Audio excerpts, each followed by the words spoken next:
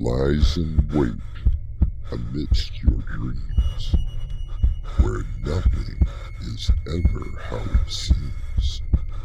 It is a portal to a terrifying world beyond the doorway to nightmare.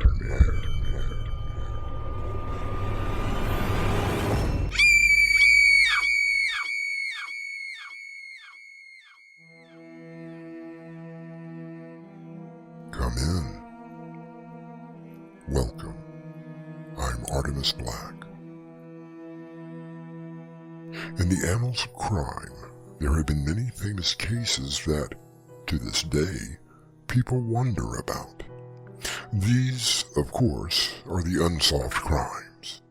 While suspects were detained and in some cases tried and acquitted, none is more famous than the case of Miss LIZZIE Borden.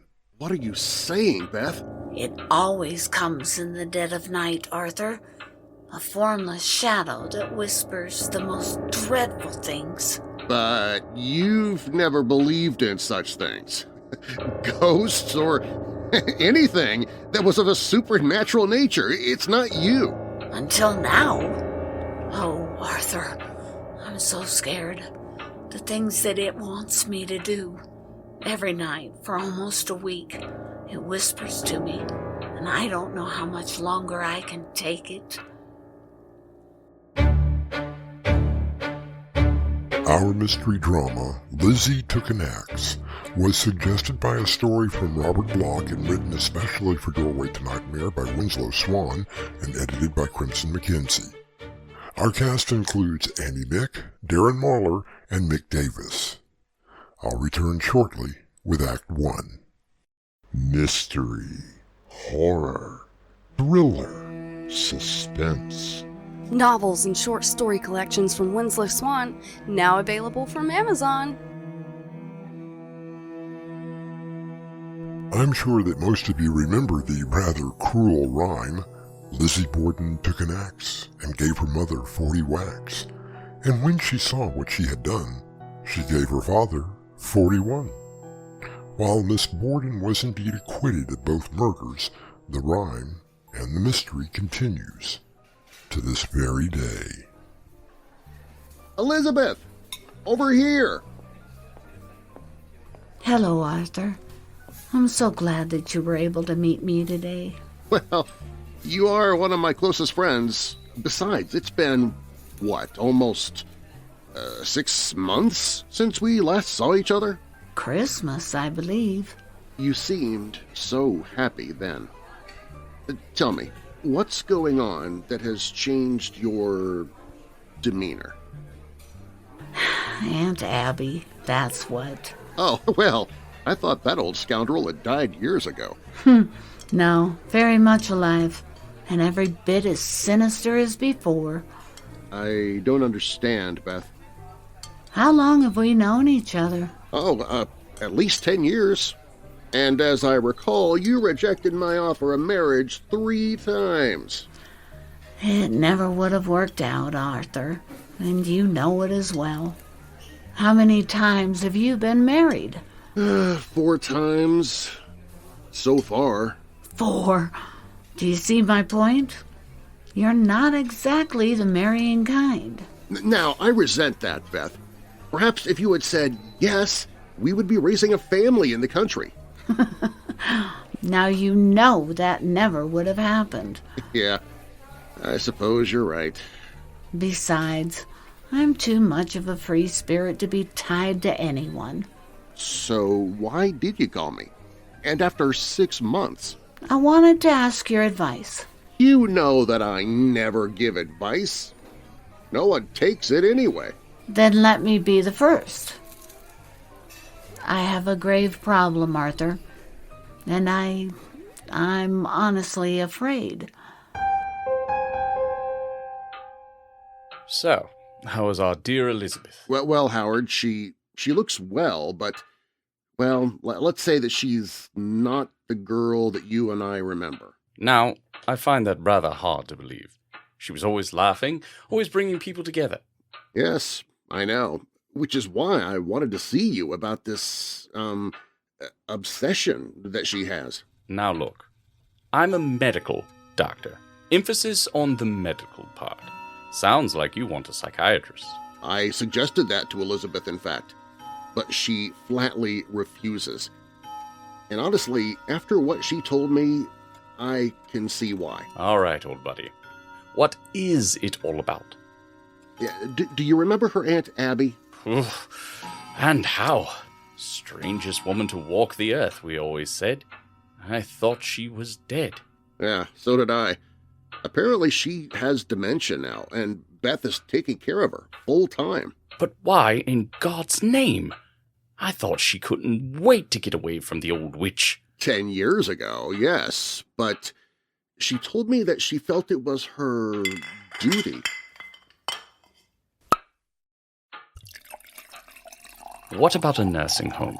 I suggested that, but, well, Beth said Aunt Abby never wanted to be dumped into a home. But isn't that Beth's decision to make? I told her that as well, but the things she said were... I can't even believe it. Believe what? What exactly is going on, Arthur? According to Beth, there is some sort of demon or ghost trying to possess her. She thinks that her aunt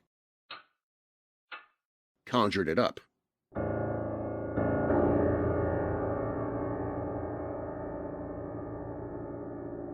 Carl Sagan once said, "The candle flame gutters, its little pool of light trembles, darkness gathers, the demons begin to stir." Don't you stir until I return with Act 2. Hey guys, it's Crimson. If you enjoy these plays, please hit that like button. That way we know. Don't forget to subscribe and share it with all your friends. Elizabeth Borden once said, "Believe that you can make a difference. In fact, you do with every single choice you make. Your money is your power, and each time you spend it, it's a vote for something. So make it count." I personally live and work by this African proverb. If you think you're too small to make a difference, try sleeping in a room with a mosquito.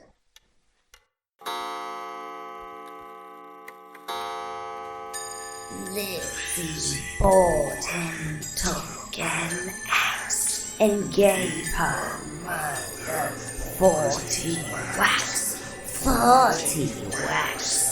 40 whacks. No. 40. Stay away from me. 40 whacks. No!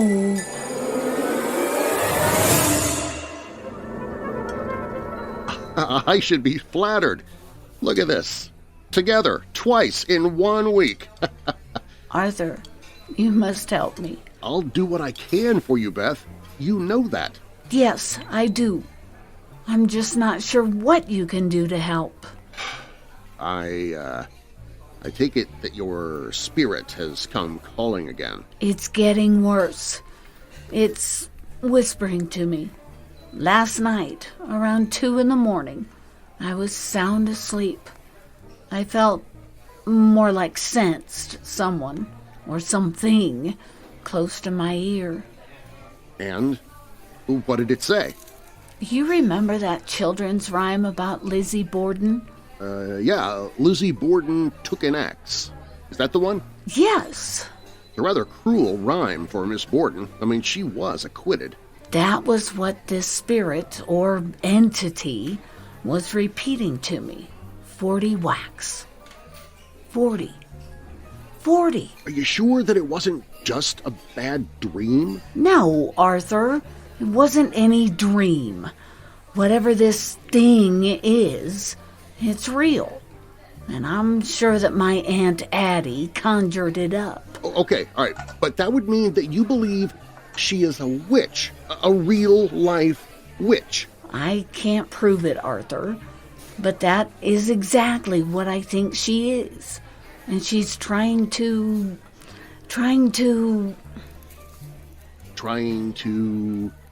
What, Beth? What is she trying to do?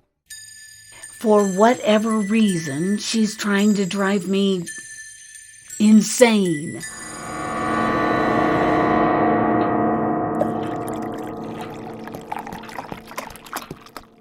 Perhaps I should go and pay her a visit. I really wish you would, Howard. Maybe not as a doctor, but just a close friend. I'll see if I can make some time tomorrow. What do you think she may have heard or seen? I still say it was simply a nightmare, but Beth is adamant that her aunt has conjured up an incubus. I'm sorry, what did you say? It's a male spirit or a demon that seeks out women who are sleeping. Arthur, I honestly think she should see someone professionally. I know, Howard, and I tried to steer her in that direction. Who is watching her aunt when she meets with you? She calls on a nurse to sit with her.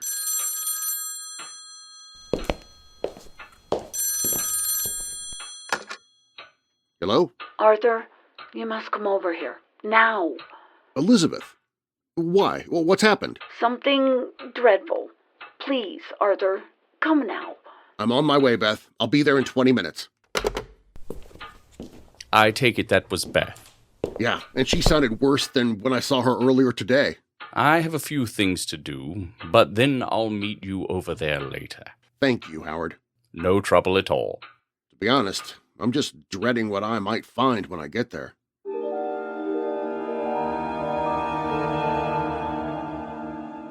The author William Peter Blatty wrote in his book The Exorcist, quote, "The demon is a liar. He will lie to confuse us, but he will also mix lies with the truth to attack us. His attack is psychological and powerful." I'll return with Act 3. Mystery, horror, thriller, suspense. Novels and short story collections from Winslow Swan, now available from Amazon. The actor Gene Wilder once said, "I don't believe in devils, but demons I do, because everyone at one time or another has some kind of a demon, even if you call it by another name, that drives them." Elizabeth? Elizabeth? What's happened to the lights? Elizabeth, where are you? I'm here, Arthur. Let me light a candle for you. Oh, Elizabeth, what's happened? Look and see for yourself. Where? I don't see... Oh, Lord. Elizabeth, what's happened? See? Aunt Aggie. Her head has been split open with an axe. Elizabeth, what did you do? Not me. It. That thing. I've been telling you about it.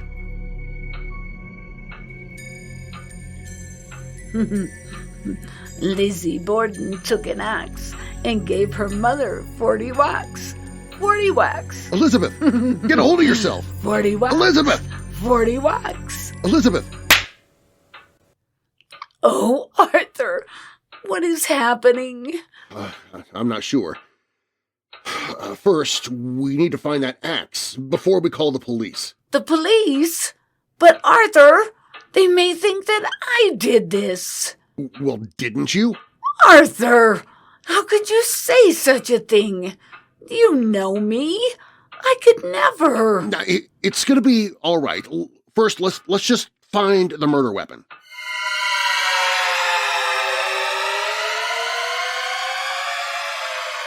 Elizabeth, where are you? In here, the bedroom. I found the axe. Up the chimney. Are you positive? It's covered in blood, Elizabeth. Yes, I'm pretty positive it is the murder weapon. Oh, Arthur, I'm so tired. It's gonna be all right, Elizabeth. Everything's going to be fine. I just want to sleep. I agree. Maybe you should just get some sleep.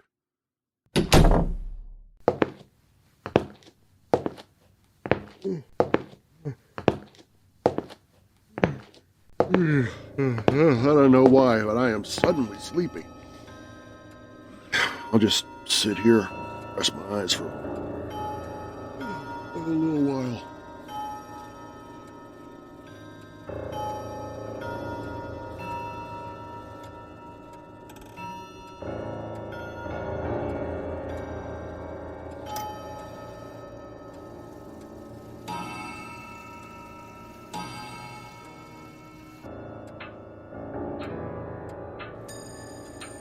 When she saw what she had done, she gave her father 41.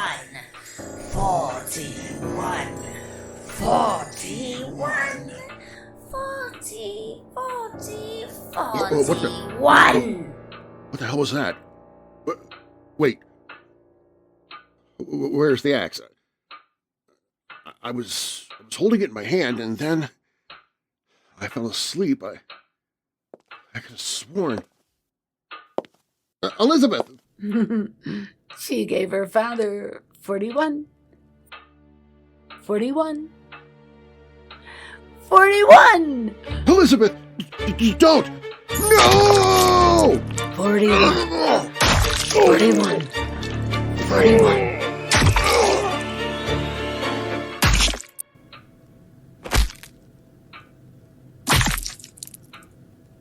41.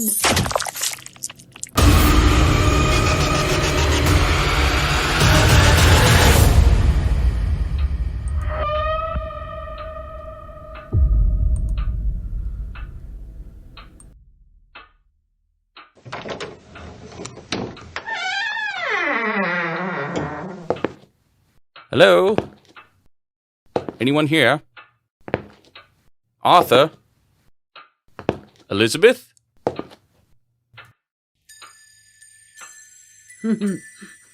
Lizzie Borden took an axe and gave her mother 40 whacks. 40 whacks. When she saw what she had done, she gave her father 41. 41. 41. 40, 40, 41. 41.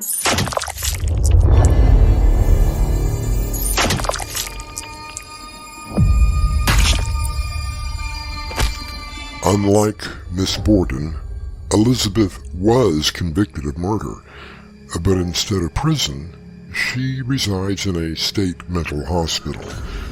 The only thing that she says is the rhyme of Lizzie Borden. 41.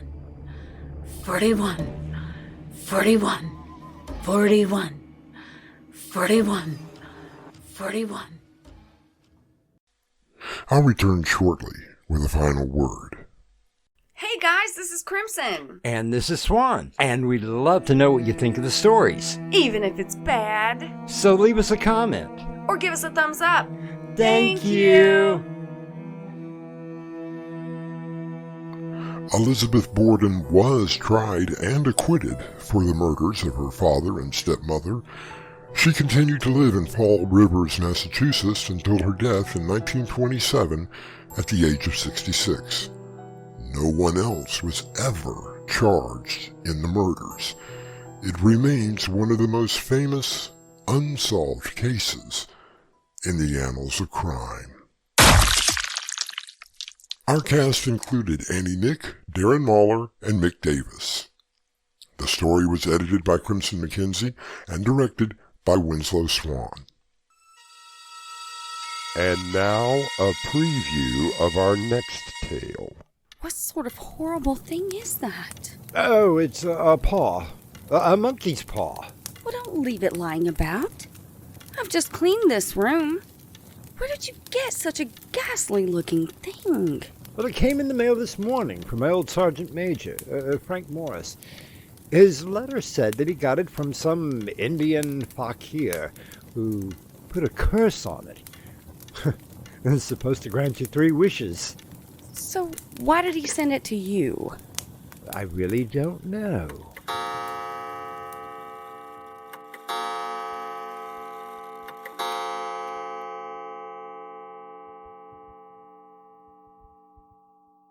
This is Artemis Black, inviting you to return with us to the Doorway to Nightmare for another adventure into the terrifying world of your imagination. Until next time, slumber peacefully. Epilogue. The butler did it.